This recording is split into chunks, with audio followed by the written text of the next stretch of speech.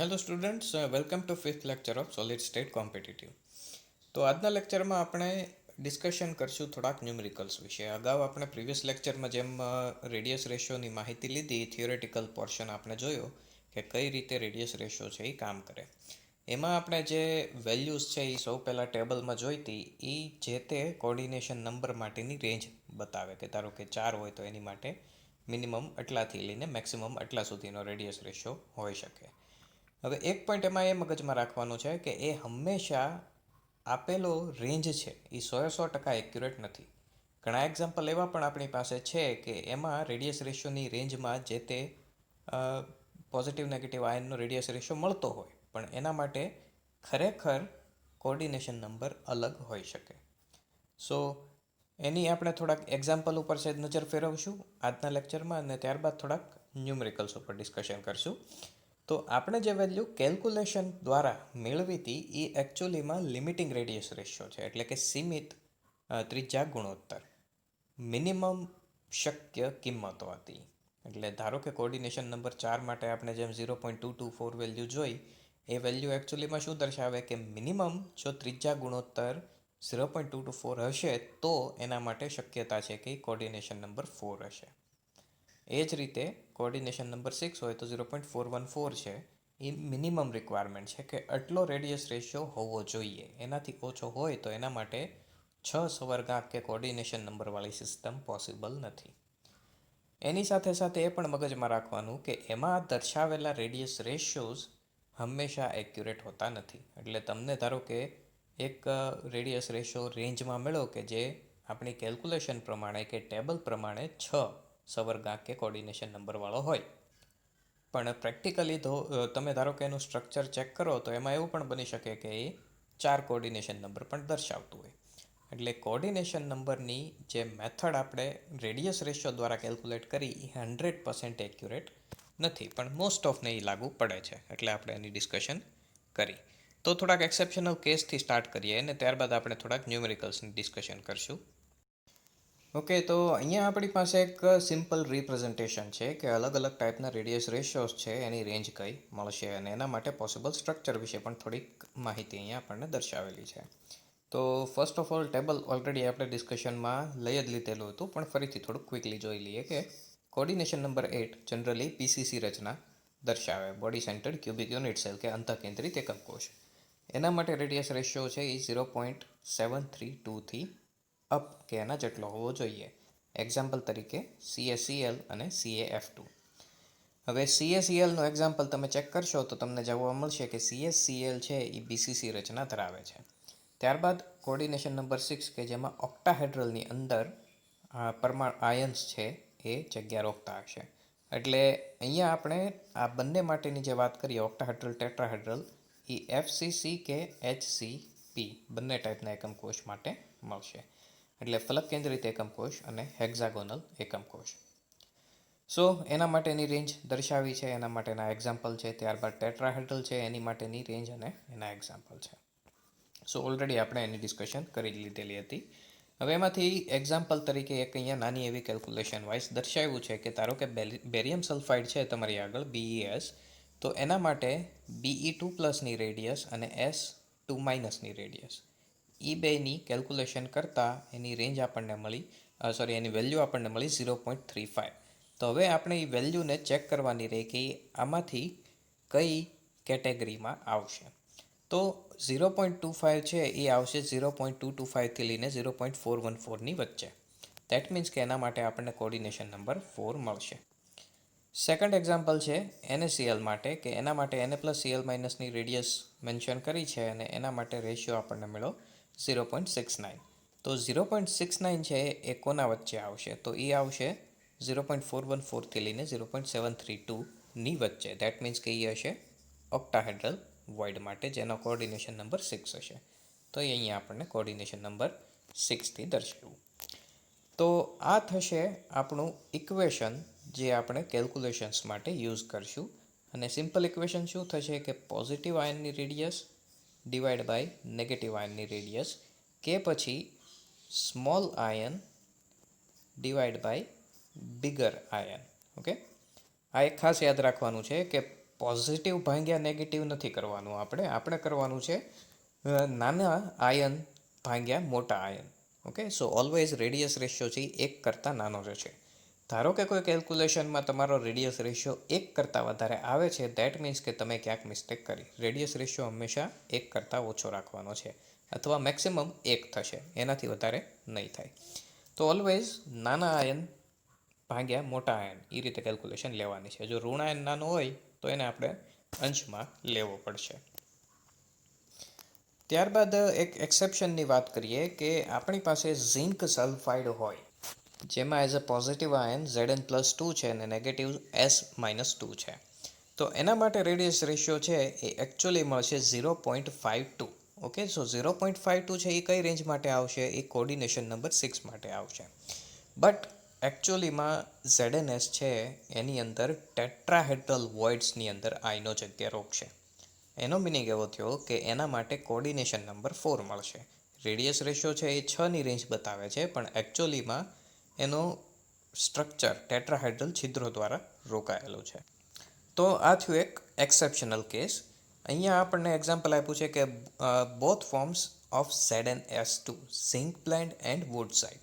એટલે કે zinc sulphide 2 અલગ અલગ ટાઈપના સ્ટ્રક્ચર ધરાવે છે. એક સ્ટ્રક્ચર છે એ FCC રચના, એટલે કે ફલક કેન્દ્રિત એકમકોષ કે પછી ફેસ સેન્ટર્ડ યુનિટ સેલ બનાવશે, અને એક HCP રચના એટલે કે ષટકોણીય એકમકોષ કે હેક્ઝાગોનલ યુનિટ સેલ બનાવશે.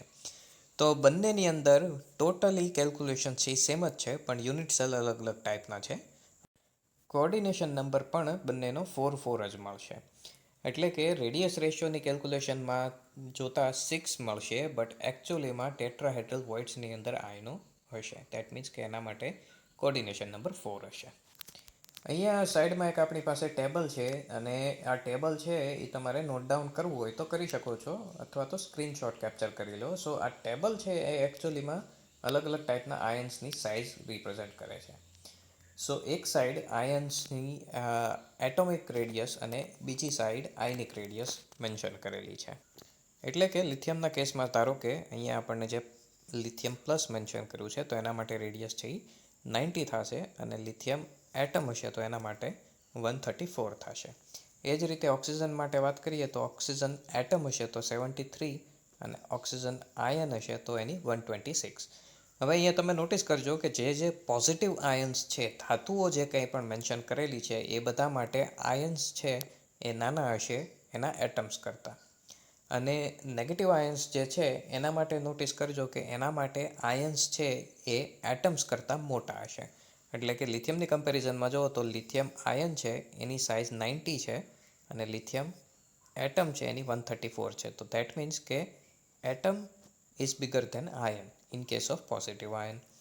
જ્યારે નેગેટિવ આયનમાં શું છે કે ઓક્સિજન એટમ છે એની સાઇઝ 73 છે, અને એની આયનની સાઇઝ 126 છે. દેટ મીન્સ કે અહીંયા ions are bigger than atoms. Okay, so એવું શું કામ થાય? ઇલેક્ટ્રોન એડ થવાથી. જો ઇલેક્ટ્રોન રિમૂવ થાય તો રેડિયસ ઘટશે, અને ઇલેક્ટ્રોન્સ એડ થશે તો રેડિયસ વધશે. અહીંયા આપણી પાસે થોડાક એક્ઝામ્પલ છે જે મેન્શન કરે છે કે રેડિયસ રેશિયો અમુક ફોલો કરશે, અમુક નહીં ફોલો કરે. એ બધા માટે અહીંયા આપણને રેન્જ કે ડિફરન્ટ ટાઈપની કેટેગરીઝ દર્શાવેલી છે. સો અહીંયાથી આપણે જોઈ શકીએ કે આ કોઓર્ડિનેશન નંબર 4ની રેન્જ છે. એટલે કે આ જે ડોટેડ લાઇન છે એ ડોટેડ લાઇનથી લેફ્ટ સાઈડ છે એ કોઓર્ડિનેશન નંબર 4 હશે. એ જ રીતે આ ડોટેડ લાઇનથી લઈને સેકન્ડ ડોટેડ લાઇન છે એની વચ્ચેનો જે એરિયા છે એ રેન્જ કોઓર્ડિનેશન નંબર 6માં આવશે, અને એ જ રીતે લાસ્ટ ડોટેડ લાઇન છે એની વચ્ચેનો રેન્જ કોઓર્ડિનેશન નંબર 6 દર્શાવે છે. અહીંયા થોડીક બેઝિક મેન્શન કરેલી છે કે NaCl સ્ટ્રક્ચર છે એ ક્યાં એની અંદર મળશે. એ જ રીતે CaCl સ્ટ્રક્ચર છે એ ક્યાં મળશે, અને NaCl ને CaCl સ્ટ્રક્ચર બંને છે એ કમ્બાઇન્ડ ક્યાંક કોલાઇડ થતા હશે કેલ્ક્યુલેશન વાઇઝ. ઓકે, તો એક રફ એસ્ટિમેટ અહીંયાથી આપણને મળે કે કોઓર્ડિનેશન નંબર્સ છે એ રેડિયસ રેશિયો પ્રમાણે ક્યારે કરેક્ટલી મળશે. ઓકે, સો એનો મિનિંગ એવો થયો કે એક પ્રેક્ટિકલી કેલ્ક્યુલેટેડ મેથડ વાઇઝ 50% કેસીસમાં, એટલે કે ઓલમોસ્ટ અડધો અડધ કેસમાં રેડિયસ રેશિયો છે એ એક્ઝેક્ટ કોર્ડિનેશન નંબર નથી આપતા અને 50% કેસમાં આપે છે. સો 100% એક્યુરેટ પ્રોસેસ નથી. 50% ચાન્સીસ છે કે રેડિયસ રેશિયોનો યુઝ કરીને તમે એક્ઝેક્ટ કોર્ડિનેશન નંબર ફાઇન્ડ કરી શકો. અને આ થશે આપણું રેડિયસ રેશિયો માટેનું ઇક્વેશન કે radius ratio is equal to radius of cation divide by radius of anion, કે પછી વધારે એક્યુરેટ આપણે એવું કહી શકીએ કે radius of smaller ion divide by radius of bigger ion. એટલે કે અહીંયા ઇક્વેશન દર્શાવેલું છે એ કેટાયનની રેડિયસ ભાગ્યા એનાયનની રેડિયસ એ રીતે દર્શાવેલું છે, અને વધારે એક્યુરેટ આપણે એવું કહી શકીએ કે નાનો આયન ભાગ્યા મોટો ion.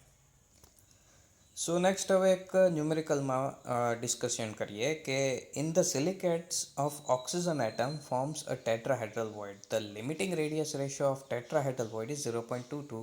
The radius of oxide is 1.4 angstrom. Find out the radius of cation. એટલે કે અહીંયા કહેવાનો મિનિંગ એ છે કે આપણી પાસે એક સિલિકેટ સંયોજન છે જે મેઇનલી સિલિકોન અને ઓક્સિજનનું બનેલું સંયોજન છે. તો એની અંદર ઓક્સિજન છે એ ટેટ્રાહેડ્રલ છિદ્રો બનાવશે, અને એના માટે અહીંયા આપણને જે સ્ટ્રક્ચર કે ક્રિસ્ટલ આપેલું છે એના માટે રેડિયસ રેશિયો ધન આયન ભાગ્યા ઋણ આયન એનો ગુણોત્તર છે 0.22 છે.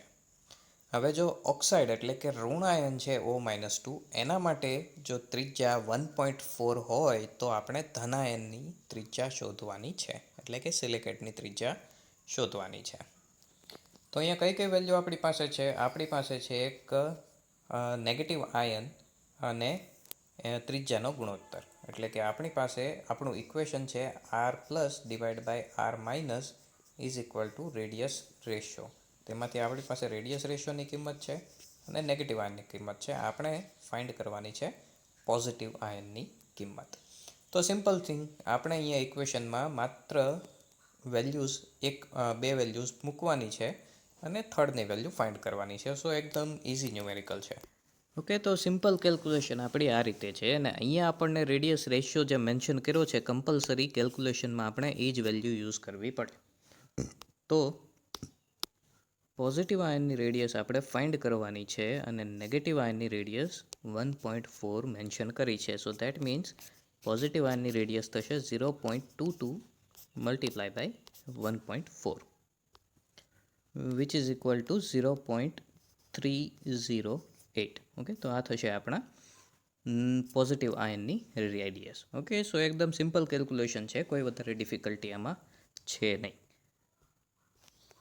Next example, the radius of Be2 plus cation is 59 pm and the radius of S2 minus is 170 pm. Find the coordination number and the structure of BES.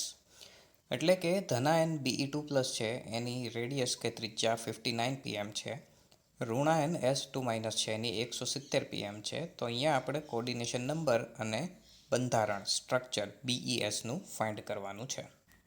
તો simple thing છે કે Be2 plus 59 છે એને divide by 170 કરવાના છે. 59 divide by 170 ધનાયનની ત્રિજ્યા ભાગ્યા ઋણાયનની ત્રિજ્યા. એના માટે જે આન્સર મળે એ આપણે ચેક કરવાનું છે કે કયા કોર્ડિનેશન નંબરની રેન્જમાં એનો આન્સર આવશે. સો એની માટેની વેલ્યુ છે એ આપણને મળશે 0.347. Okay, so now you can predict કે આના માટે કોર્ડિનેશન નંબર કેટલો હશે. ઓકે, સો 0.347 છે એના માટે આપણે રેન્જ ચેક કરીએ. સો 0.347 છે એ આવશે 0.225થી લઈને 0.414ની વચ્ચે, એટલે કે કોર્ડિનેશન નંબર 4 માટે. સો એના માટે કોર્ડિનેશન નંબર 4 મળશે અને એ સ્ટ્રક્ચર થશે ટેટ્રાહેડ્રલ. ઓકે, સો આ ટાઈપના ન્યુમેરિકલ્સ આવશે કે કોઈ એક આયન માટેની રેડિયસ આપી હશે અને રેડિયસ રેશિયોની કોઈ એક કિંમત આપી હશે, કે પછી બંને ટાઈપના આયન્સની રેડિયસ આપી હશે અને કોર્ડિનેશન નંબર અને સ્ટ્રક્ચર ફાઇન્ડ કરવાનું એક્ઝામ્પલ આપેલું છે. તો બે ટાઈપના ન્યુમેરિકલનું એક એક્ઝામ્પલ આપણે ચેક કર્યું. સો ઇઝી કેલ્ક્યુલેશન છે એટલે વધારે ડિસ્કશન આની આપણે નથી કરતા, બટ સ્ટીલ કોઈ કોમ્પ્લિકેશન જણાય તો ફીલ ફ્રી ટુ આસ્ક. હવે એક અરેન્જમેન્ટ મોલેક્યુલર ફોર્મ્યુલા ફાઇન્ડ કરવાનો ન્યુમેરિકલ ચેક કરીએ. So a solid has structure in which W atoms are located at the corner of cubic lattice. O atoms at the center of edge and Na atoms at the center of the cube. The formula of the compound is. So first of all ક્વેશ્ચનમાં શું mention કરેલું છે કે આપણી પાસે એક ઘન પદાર્થ છે જે ડબલ્યુ જેની અંદર ડબલ્યુ છે એક કોર્નર પર છે. ઓકે, તો કોર્નર્સ પર હોય એનું કોન્ટ્રીબ્યુશન છે એ 1/8 થશે અને એવા ટોટલ 8 ડબલ્યુ હોવા જોઈએ. તો ટોટલ કોન્ટ્રીબ્યુશન કોર્નર પર હોય એનું કેટલું? 1 થશે. સો ડબલ્યુ બરાબર 1. સેકન્ડ છે O atoms at the centre of edge, એટલે કે ઓ છે એ ધારના કેન્દ્રમાં છે. હવે ધારના કેન્દ્રમાં કોણ હશે? ઓક્ટાહેડ્રલ વોઇડ. એજના સેન્ટરમાં ઓક્ટાહેડ્રલ વોઇડ હોય અને જે એજ સેન્ટર પર ઓક્ટાહેડ્રલ હોય એનું કોન્ટ્રીબ્યુશન 1/4 થાય. એવી ટોટલ 12 ધાર 12 એજીસ હોય એટલે ટોટલ કોન્ટ્રીબ્યુશન 1/4 મલ્ટીપ્લાય બાય 12 બરાબર 3. સો ઓક્સિજન છે એના માટે ટોટલ 3 અને Na છે એ સેન્ટરમાં છે. સો સેન્ટરમાં જે હોય એનું કોન્ટ્રીબ્યુશન 100% હોય એટલે કોન્ટ્રીબ્યુશન 1 અને ક્વોન્ટિટી પણ 1. સો Na 1 થશે. સો W1 O3 Na1. ઓકે, સો આપણું ફોર્મ્યુલા થશે આન્સર બી NaWO3. ઓકે, તો આપણી પાસે ત્રણ ટાઈપના એલિમેન્ટ્સ છે. ડબલ્યુ છે જે ખૂણા પર છે, Na છે એ કેન્દ્રમાં છે આખા એકમ કોષના, અને ઓક્સિજન ધારના કેન્દ્રમાં. તો ખૂણા ઉપર જે હોય એનું કોન્ટ્રીબ્યુશન છે એ 1/8 હોય એવા ટોટલ આપણી પાસે 8 છે. સો એનું કોન્ટ્રીબ્યુશન થશે 1. ધારના કેન્દ્રમાં હોય એનું કોન્ટ્રીબ્યુશન 1/4 હોય એવા ટોટલ 12 ધાર હશે એટલે એને ગુણ્યા 12 બરાબર 3. અને Na છે એ કેન્દ્રમાં છે જેનું 100% કોન્ટ્રીબ્યુશન હોય અને એની સંખ્યા પણ એક જ હોય એટલે 1. સો ડબલ્યુ કેટલા મળ્યા? W1 છે, ઓક્સિજન 3 છે અને Na 1 છે. સો આપણી ફોર્મ્યુલા થશે Na1 W1 O3. હવે એ જ રીતે એક એક્સ્ટ્રા ન્યુમેરિકલ ફોર્મ્યુલા માટેનો એક જોઈએ કે ધારો કે આપણી પાસે એક ક્રિસ્ટલ છે જેમાં ઓક્સિજન આયન્સ O-2 આયન્સ છે એ CCP રચના બનાવે છે. પછી HCP હોય કે પછી FCC હોય, ફલક કેન્દ્રિત એકમ કોષ છે એવું આપણે ધારી લઈએ.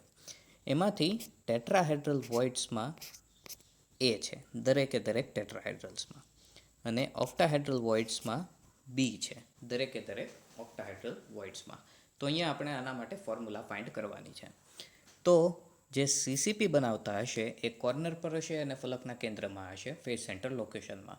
તો આપણે એક FCC યુનિટ સેલમાં જેમ અગાઉ જોયું હતું કે FCC યુનિટ સેલ છે એમાં ટોટલ ગોળાની સંખ્યા કે સ્પિયર્સની સંખ્યા 4 હશે. So it is equal to 4. So oxygen છે એ યુનિટ સેલ બનાવે છે, so number of oxygen will be 4. હવે ઓક્ટાહેડ્રલ વોઇડ કેટલા હશે? જે CCP બનાવતા ગોળા કે સ્પિયર્સ હોય એના જેટલા જ ઓક્ટાહેડ્રલ વોઇડ્સ હોય અને દરેકે દરેક ઓક્ટાહેડ્રલ વોઇડ્સમાં B પ્રેઝન્ટ છે. So B is equal to 4 as well. Tetrahedral voids છે એ કેટલા હશે? એ ડબલ હશે CCP બનાવતા એટમ્સની કમ્પેરમાં. So it will be 8 and A છે એ દરેકે દરેકમાં છે, so number of A will be 8 as well. So આપણી ફોર્મ્યુલા થશે A8 B4 O4, બટ હજી આનું સિમ્પ્લિફિકેશન આપણે કરી શકીએ. So we can divide all of this with 4, so you will get A2BO. આ થશે ફોર્મ્યુલા આપણા આપેલા ક્રિસ્ટલની. ઓકે, સો આજે અહીંયા સુધી રાખીએ અને હવે નેક્સ્ટ લેક્ચરમાં આપણે થોડાક આનાથી કોમ્પ્લેક્સ એક્ઝામ્પલ છે એની થોડીક ડિસ્કશન કરશું. ધેટ મીન્સ કે અહીંયા આપણને જે એક્ઝામ્પલ આપેલું છે આ એક્ઝામ્પલ છે એ પ્રોપરલી એકવાર લર્ન કરી લેજો. અહીંયા જે મેન્શન કર્યું છે કે OCCP ફોર્મ કરે, B છે એ ઓલ ઓફ ધ ઓક્ટાહેડ્રલ વોઇડ દરેકે દરેક અષ્ટફલકી છિદ્રોમાં છે, અને A છે દરેકે દરેક ટેટ્રાહેડ્રલ વોઇડ્સમાં પ્રેઝન્ટ છે. તો એની ફોર્મ્યુલા કઈ થાય? તો એની ફોર્મ્યુલા આપણે અહીંયા મેન્શન કરી છે. હવે આપણે નેક્સ્ટ લેક્ચરમાં એ રીતે ડિસ્કશન કરશું કે ફેસ ડાયાગોનલ એટલે કે ફલક વિકર્ણ છે એ કોઈ એક ફલક વિકર્ણ પરથી દરેકે દરેક આયન્સ દૂર કરીએ જે ફલક વિકર્ણના કોન્ટેક્ટમાં હોય, કે પછી એક બોડી ડાયાગોનલ એટલે કે અંતઃવિકર્ણ એના કોન્ટેક્ટમાં હોય, દરેકે દરેક આયન્સને રિમૂવ કરીએ. એવી રીતે રિમૂવલ પછી નવી ફોર્મ્યુલા કઈ મળશે. ઓકે, સો નેક્સ્ટ લેક્ચરમાં એના ઉપર ડિસ્કશન કરીશું.